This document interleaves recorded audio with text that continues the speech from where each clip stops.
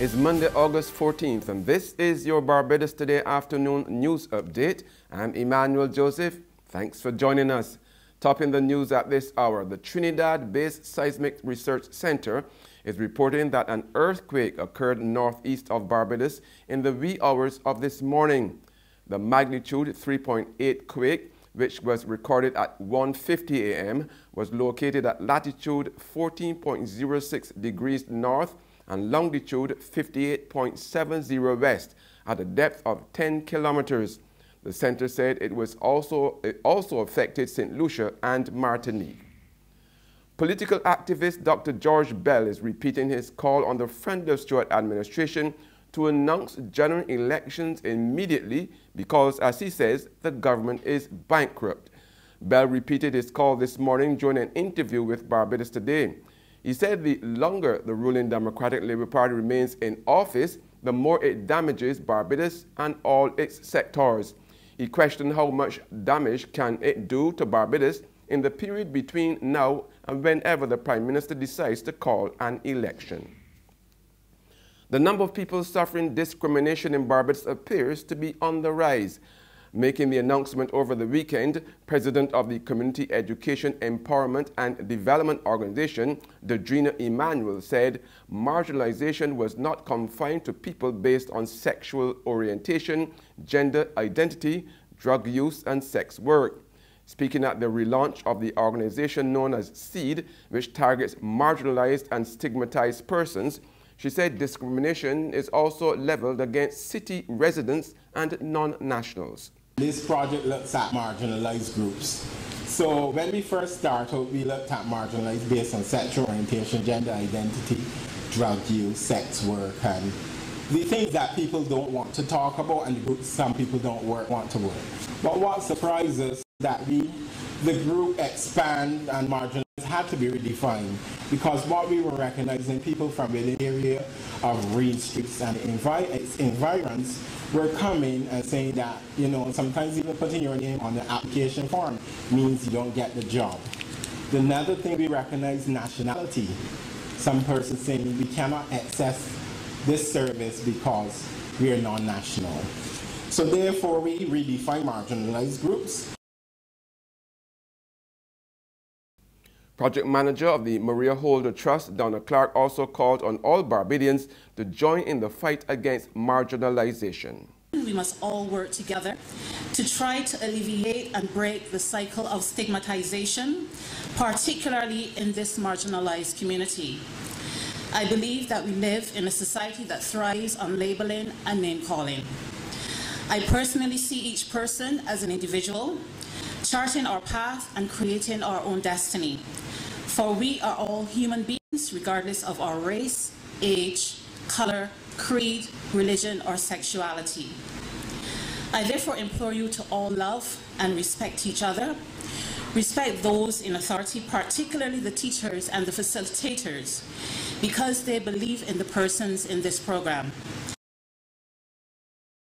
A young man from Eagle Hall, St. Michael, was due to appear in court today to face a charge of having 50 rounds of ammunition in his possession. Police officers of the anti-gun unit found the ammunition on 28-year-old Rashid Haynes on Saturday while he stood outside a car on Fontebelle Road. In sports, the Barbados Tridents are looking to bounce back into winners' row after being beaten on Friday by the Trinbago Knight Riders in their Caribbean Premier League encounter. The Tridents lost by 2 wickets thanks in large part to Sunil Narayan's heroics and some sloppy fielding by the Tridents. Coaching staff, Tridents. TKR would strike twice within the first 2 overs with Kari Pay and Ransford beaten, removing Dwayne Smith and Wayne Parnell respectively, Tridents 19 for 2. But Kane Williamson and Shoaib Malik would put on a partnership of 71. And wide, and it's cut away. However, Williamson would depart to end the 3rd wicket partnership, Shoaib Khan taking the scalp. And it's cut in mid-wicket. and Malik would reach a personal milestone of 7,000 T20 runs in his knock of 51. Would it be taken? Dwayne Bravo, usually very safe. After he departed, the Tridents got a couple of late cameos from Nicholas Puran, who struck 18 off 6 balls, and 12 off 3 from Akil Hussein to help push them to a total of 152 for 5 of their 20 overs. Here at maximum, take a bow. Trinbago Knight Riders run chase saw another failure with the bat from Brendan McCullum, clean bowled by Wayne Parnell. But Tridents were more charitable with their fielding, dropping Sunil Narayan early in his knock. And are you kidding me? You are kidding me! And they would pay for that as Narayan was in the mood with the bat, smashing the bowlers all over the ropes. Darren Bravo would play a few classy shots like this one over cover. Through the offside. But he would depart on 25, TKR 75 for 3. Narayan, though, was still dishing out licks to the Trident bowlers, another maximum for the left-hander. Because that is one huge hero maximum. He would be dismissed on a career high of 79, but TKR was still left with some work to do at 145 for 7. But Kevin Cooper would seal the victory, Trinbago Knight Riders getting to 158 for 5 to win by 2 wickets. There's regional and international news after this short break. Morning, Miss Oya. Morning. You again. So you're washing cars now?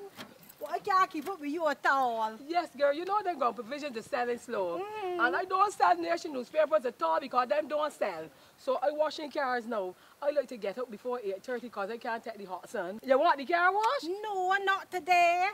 It clean. But you're going in very early though? Yeah, I just going early so I can read the Barbados today online before work starts. Right. But you can still let me clean the vendor for the $2. At least it's still cheaper than the nation newspaper. All right. I got a special boo here that I got it shiny. Thank you. Enjoy your day here. You too. All right. What that paper is? She can see clearly when the dirt is gone. The Barbados Today, news you can trust. We're back with news from the region now. There's been a marked increase in cases of gonorrhea in Bermuda. Health authorities say the increase began in June and seems to be continuing. Of those cases reported, the ages range from about 20 to 50, with half of the cases in persons aged 26 years or under. About 2/3 of the cases reported to the Epidemiology and Surveillance Unit affected females. Over the past 2 months, that's June and July, there have been 20 cases reported. This is well above the 2 to 9 cases reported each year during June and July from 2012 to 2016. And on the international scene, the chief executive officer of pharmaceutical giant Merck resigned today from a business panel led by Donald Trump, citing a need for leadership, countering bigotry in a strong rebuke to the U.S. president over his response to a violent white nationalist rally in Virginia. The departure of Kenneth Frazier from the president's American Manufacturing Council added to a storm of criticism of Trump over his handling of Saturday's violence in Charlottesville, in which a woman was killed when a man drove his car into a group of counter-protesters. Democrats and Republicans have attacked the Republican president for waiting too long to address the violence and for saying many sides were involved rather than explicitly condemning white supremacist marches, widely seen as sparking the melee. The man accused of ramming his car into a crowd of demonstrators during clashes in Charlottesville, Virginia, is due to appear in court Monday. 20-year-old James Alex Fields Jr. of Ohio faces second-degree murder and other charges for allegedly driving the Dodge Charger that killed Heather Heyer on Saturday. Fields joined a rally for neo-Nazis and members of the Ku Klux Klan who clashed with counter-protesters. These images show him at the event holding a shield emblazoned with the symbol of a white supremacist group. Those who know him say his views on race and politics were clear. And that's news and sports, but for the very latest, visit our website at www.barbadostoday.bb.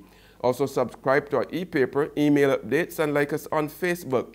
We're also on Izumi Media and Bus terminals, or screenplay at supermarkets and gas stations near you, as well as Mix 96.9 FM. I'm Emmanuel Joseph. Have a fantastic day.